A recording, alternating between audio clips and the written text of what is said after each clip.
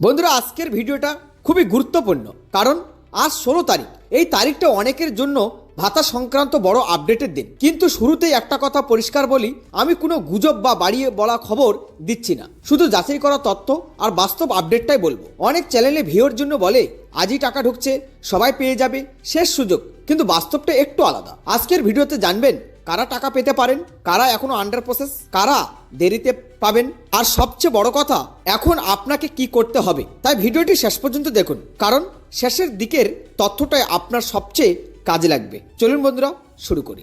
আজ 16 তারিখে আসলে কি আপডেট? অনেকে ভাবছেন 16 তারিখ মানে সবার একসাথে টাকা ঢুকবে, কিন্তু বাস্তবে ভাতা কখনো একদিনে সবার অ্যাকাউন্টে যায় না। পেমেন্ট সাধারণত ধাপে ধাপে পাঠানো হয়, মানে কেউ আগে পায় কেউ পরে পায়। কারা আগে টাকা পান? যাদের কেওয়াইসি ঠিক আছে, ব্যাংক অ্যাকাউন্ট অ্যাক্টিভ, আধার লিঙ্ক করা, আগে পেমেন্টে কোনো সমস্যা ছিল না, তারা সাধারণত আগে পেয়ে যায়। কারা এখনো আন্ডার প্রসেসে আছেন?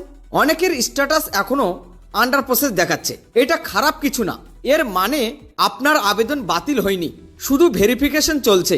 এই সময় ধৈর্য রাখা খুব দরকার। টাকা দেরি হওয়ার কারণ, দেরি হওয়ার কয়েকটা সাধারণ কারণ: ব্যাংক সার্ভার সমস্যা, নাম বা ডেটা মিসম্যাচ, কেওয়াইসি ইনকমপ্লিট, নতুন আবেদন বেশি হওয়া, এসব কারণে পেমেন্ট আটকে যেতে পারে। এখন আপনার কি করা উচিত? আপনি এখন 3টা কাজ করবেন: bank account check, KYC update আছে কিনা দেখুন, অফিসিয়ালি নোটিশ ছাড়া কিছু বিশ্বাস করবেন না। এগুলো করলে আপনি সেফ। গুজব থেকে সমাধান। অনেকে বলছে আজই শেষ দিন, আজই টাকা না তুললে বন্ধ। এসব বেশিরভাগ সময় গুজব। সরকারি স্কিম হঠাৎ বন্ধ হয় না। বন্ধুরা ভিডিওটি শেষ করার আগে আমি কয়েকটা বাস্তব কথা বলি। আমি চাই না আপনি ভুল আশা নিয়ে থাকুন। যদি আজ টাকা নাও আসে তার মানে এই না যে আপনি টাকা পাবেন না। পেমেন্ট অনেক সময় কয়েকদিন ধীরে যায়, এটাই বাস্তব কথা। যারা সত্যি আপডেট চান তারা গুজব ছড়াবেন না, শুধু অফিসিয়ালি তথ্যের উপর ভরসা রাখুন। আমি সবসময় চেষ্টা করি আপনাদের সঠিক খবর দিতে।